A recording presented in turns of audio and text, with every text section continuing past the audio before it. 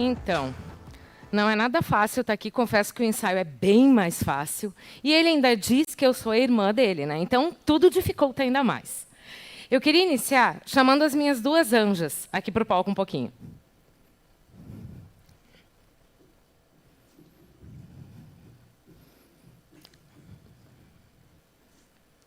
E eu vou pedir para que elas falem o nome delas e a idade que elas tinham em 2013.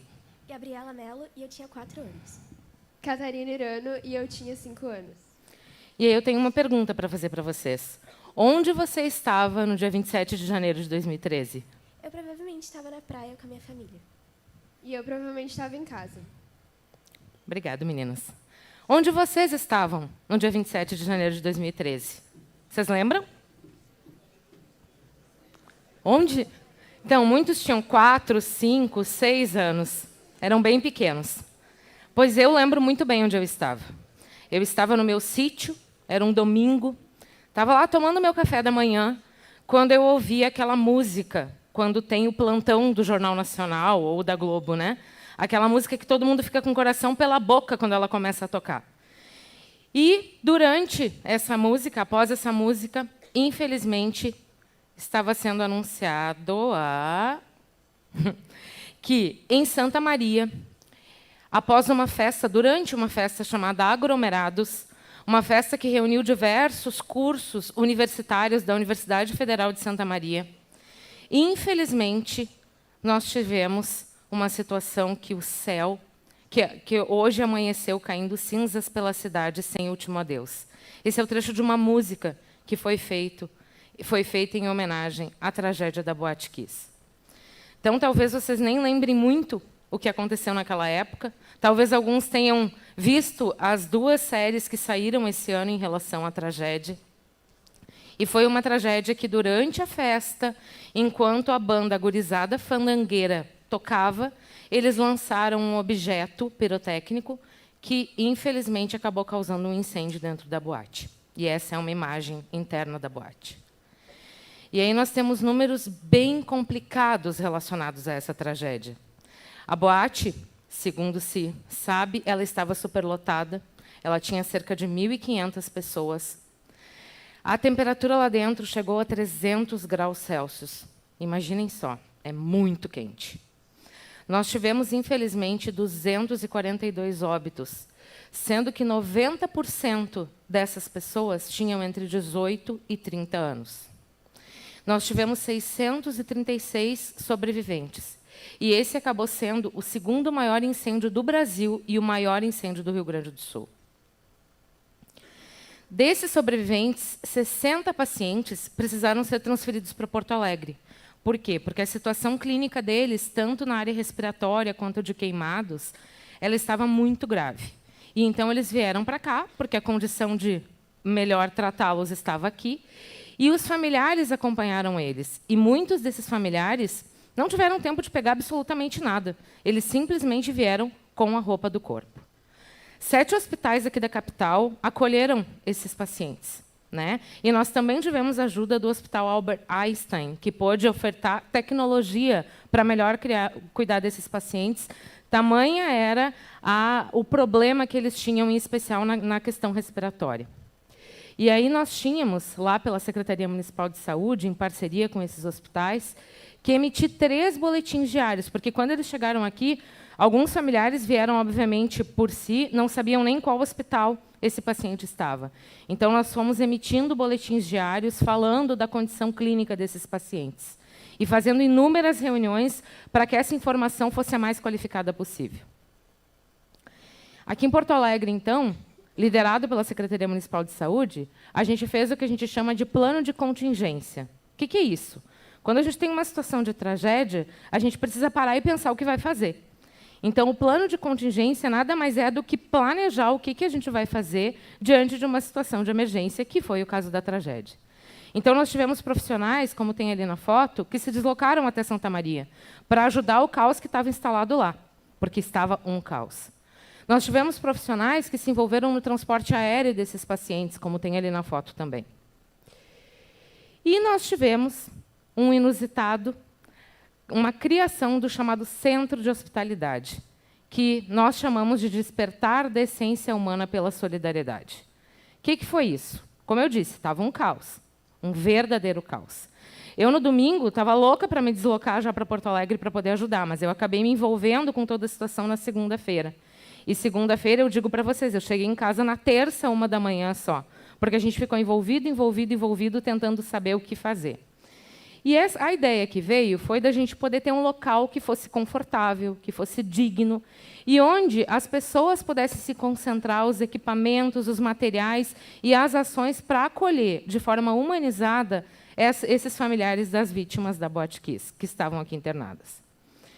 Então, esse é o espaço, teve um espaço físico lá na Cidade Baixa, perto da Secretaria Municipal de Saúde, onde a gente se reuniu com todas as pessoas que estavam se envolvendo para ter, da forma mais articulada e mais alinhada, essa oferta de ajuda aos familiares. Então, foi um projeto da Secretaria de Saúde, mas em parceria também com o setor privado. Muita gente do setor privado se envolveu. E a gente materializou essa solidariedade nesse espaço de acolhimento e de acompanhamento qualificado. Nós funcionamos por 24 horas. Meu marido está por aí na plateia, que ele veio assistir esse primeiro horário, e ele que o diga o quão difícil foi esse momento. Eu sou mãe de gêmeas, e as minhas filhas tinham 2 anos na época. Então, vocês imaginam que muitas foram as vezes que eu cheguei 2, 3 horas da manhã em casa, tentando ajudar. Quando eu conseguia dar uma escapada para o sítio, 2 da manhã, por vezes vinha uma ligação pedindo ajuda. Então, foi um momento bem complicado, onde não teve férias, onde não teve nada. Até 17 de fevereiro, a gente funcionou 24 horas, então, se as famílias precisassem de qualquer coisa, elas nos acionavam. Depois, nós seguimos em horário comercial até 17 de abril e apoiamos, inclusive, a logística dos óbitos, porque, muitas vezes, a gente tinha um óbito aqui, tivemos alguns, e as pessoas, né, tinham que ser removidas até Santa Maria, e nós ajudávamos em todo esse deslocamento. Então, foi um acompanhamento que a gente chama de intersetorial. Por quê? Porque vários setores se envolveram numa rede onde nem todo mundo ficou sendo conhecido, mas foi de extrema importância. Por isso que a gente fala do anonimato. Então, esse centro de hospitalidade, ele teve números bem significativos. A gente pôde ter à disposição 200 vagas de hospedagem. Isso em hotéis de Porto Alegre, em pousadas. Mesmo famílias se ofereceram a sua casa para poder acolher os familiares da boate. Nós tivemos 3 vans que transportavam as famílias 24 horas. Então, pegavam elas no hotel, levavam elas até o hospital. Se acontecia de ter alguma piora no quadro clínico, a gente tomava conhecimento disso, ia lá, pegava a família de novo, levava no hospital de novo, e assim a gente foi ofertando esse cuidado, porque muitas nunca tinham andado em Porto Alegre, não faziam ideia de que ônibus pegar, de como se deslocar entre onde elas estavam e o hospital. Nós tivemos mais de 100 voluntários envolvidos nessa ação. E eu não estou falando só de psicólogo, eu sou psicóloga, né? Então me envolvi porque falar de algum problema, eu estou louca para ajudar. Mas não foram só psicólogos que se envolveram. A gente teve assistentes sociais, a gente teve pessoas que não tinham formação nenhuma e que simplesmente chegaram lá e disseram: eu quero ajudar. Não sei como, mas eu quero ajudar. A gente teve 10 instituições ofertando vaga de atendimento na área emocional, porque, obviamente, essas famílias precisaram muito desse apoio. E também reiki e outras massagens, enfim, uma forma de tentar amenizar aquele momento de tanto caos e de tanta dor. E também nós tivemos várias instituições se envolvendo na capacitação dos voluntários. Por quê? Porque não basta ter boa vontade, a gente tem que saber o que fazer. E, muitas vezes, em situações assim de tragédia, a gente fica tão perdido que a gente não sabe o que fazer. E nós precisamos, então, capacitar essas pessoas, para que elas tivessem uma habilidade adequada de como se comunicar com essas famílias. E nós tivemos tanta, mas tanta doação, que a gente não chegou a mensurar. De todas as formas. Era escova de dente, era pasta de dente, era lanche. Então, vocês podem imaginar assim, que não faltou questões materiais, né, para as famílias, e muito menos a questão do acolhimento humanizado. Então, foi um grande desafio para mim fazer a coordenação técnica desse centro de hospitalidade. E eu me dediquei totalmente a ele até abril, né? Me desliguei das minhas atividades na Secretaria Municipal e fiquei só no Centro de Hospitalidade, articulando todas essas questões com os hospitais, com Santa Maria, com o Estado, e foi algo muito ousado. Assim, eu quero destacar a questão da organização dos treinamentos, que eu disse ali que a gente tem que saber o que dizer e o que não dizer, Porque eu acabei juntando sociedade de psiquiatria, de psicologia e outras tantas, até que o Dr. Pedro Lima, que era psiquiatra, assessor da, na época, presidente Dilma, ele foi lá no centro para ver como é que as coisas estavam andando. E ele chegou para mim e disse assim, vem cá, o que tu pensa? Juntar esse povo todo, que cada um tem o saber, para sentar junto e pensar um treinamento? Eu disse, sim, se todos querem ajudar, então eles vão ajudar de uma forma coletiva. E foi muito legal. Esse aqui é um material, vocês não vão conseguir ler, mas só para poder exemplificar, que foi um material de bolso, onde a gente deixava muito claro o que cada voluntário podia dizer e o que ele não podia dizer. O que ele podia fazer e o que ele não podia fazer. Por quê? Porque é claro que a gente é curioso, o ser humano é curioso. Então, muitas vezes, a vontade do voluntário, quando a família chegava na van, era perguntar, e aí, como é que estão as coisas? E a gente não devia fazer isso. A gente simplesmente devia mostrar que estava lá, disponível. E aí nós preparamos esse material e nós orientávamos que toda vez que eles iam para fazer um transporte, eles lessem esse material antes, para se relembrar do que poderiam e não poderiam fazer. E aí achei muito, muito, muito interessante o tema do Magis esse ano. Eu já estive na plateia, já assisti acho que 2 ou 3 vezes o Magis, porque realmente sou muito fã, né, desse projeto e muito fã da organização dele. E pensar no mosaico como experiências que formam, eu não tenho dúvida de que essa experiência me formou. E fico muito feliz de estar podendo compartilhá-la com vocês. E me formou como? Me formou primeiro pensando que, em momentos de tragédia, as pessoas precisam de uma referência. E foi isso que o Centro de Hospitalidade foi para elas. Porque a gente está muito perdido. Se nós, profissionais, nos vimos perdidos, sem saber muito o que fazer no início, imagina as famílias que chegaram aqui, muitas nunca tinham vindo a Porto Alegre, não faziam ideia de onde era o hospital onde o familiar delas estavam, não faziam ideia se o familiar ia sobreviver.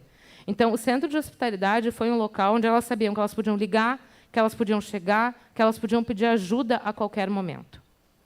Também me formei, através do Centro de Hospitalidade, pensando que a gente tem que reconhecer a importância do apoio anônimo. Muitas, muitas, muitas pessoas simplesmente chegavam com seu carro lá, largavam doações e iam embora. Eu não faço ideia quem eram. A partir de um determinado momento, a gente começou a registrar, porque isso é importante, o registro é muito importante também. Mas tem muitas que eu não faço ideia quem são. E também a gente tem que cuidar do oportunismo. Por quê? Porque muita gente chegou lá querendo colocar o seu nome, querendo colocar sua marca, querendo colocar a sua empresa como sendo aquela que ajudou as vítimas de Santa Maria. E não era isso que a gente precisava. A gente precisava era da solidariedade. Também pensar que o trabalho em rede, onde a gente tem muitas pessoas envolvidas, a resolutividade vai ser maior. Isso também me formou e eu pude aprender com o Centro de Hospitalidade. Eu pude ampliar o meu senso de humanidade. E ontem mesmo eu estava revendo uma placa que eu recebi em homenagem ao meu trabalho, onde teve um reconhecimento ao altruísmo. E fazendo todo esse material e relembrando todo esse material, eu pude de novo reviver essa questão da importância dessa humanidade do altruísmo. A valorização do simples e da divisão de méritos. O que é isso? Eu já falei várias vezes sobre o Centro de Hospitalidade. E eu sempre fiz questão de dizer que nós não tínhamos só a Secretaria Municipal envolvida. Não, nós tínhamos muitas instituições envolvidas. E quando a gente divide o mérito, não há demérito nisso. Pelo contrário, a gente consegue pensar que é no coletivo que as coisas funcionam. Pude reforçar também o quão importante é essa comunicação transparente e assertiva. As famílias saberem onde os familiares estão, a mídia saber o que está acontecendo, para além de sensacionalismo. E eu não tenho dúvida de que foi uma marca profissional, para mim, extremamente profunda e inapagável. Tem a Lívia antes e a Lívia depois do Centro de Hospitalidade. Essa é uma frase que eu achei bem pertinente com essa foto de uma das séries que lançaram, né? Não havíamos marcado hora, não havíamos marcado lugar, e na infinita possibilidade de lugares, na infinita possibilidade de tempos, nossos tempos e nossos lugares coincidiram, e deu-se o encontro. E aqui, numa homenagem que foi feita a todos os voluntários que se envolveram, uma colega lá da secretaria disse o quê? Que o mundo parou e se voltou para o Rio Grande do Sul em 27 de janeiro de 2013. Inúmeras foram as vidas marcadas pelo evento. Famílias inteiras tiveram seus destinos reescritos. No Centro de Hospitalidade, as famílias encontraram acolhida, profissionais também não saíram isentos da experiência, que contribuiu para muito aprendizado. O inesperado nos mostra muitas vezes capacidades que desconhecemos e parcerias que jamais imaginávamos. Nosso município cresceu na dor, mas igualmente no amor, na solidariedade que se mostrou incansável e que evidenciou que a hospitalidade do Sul ajuda a superar mesmo as situações mais complicadas, mais dolorosas e que esperamos que não se repitam jamais.